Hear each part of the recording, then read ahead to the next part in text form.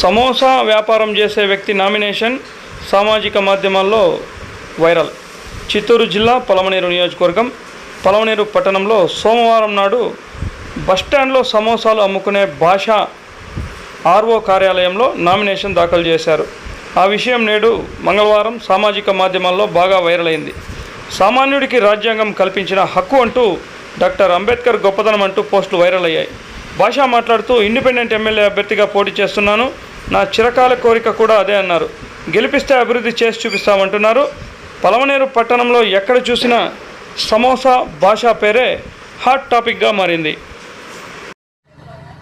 అందరికీ నమస్కారము. నా పేరు భాష. సమోసాలో వ్యాపారం చేస్తాను బస్టాండ్లో.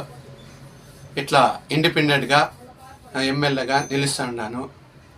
ఈ పలమనేరులో నిలుస్తున్నాను. 5 మండలాలకి అభివృద్ధి చేసి చూపిస్తాను.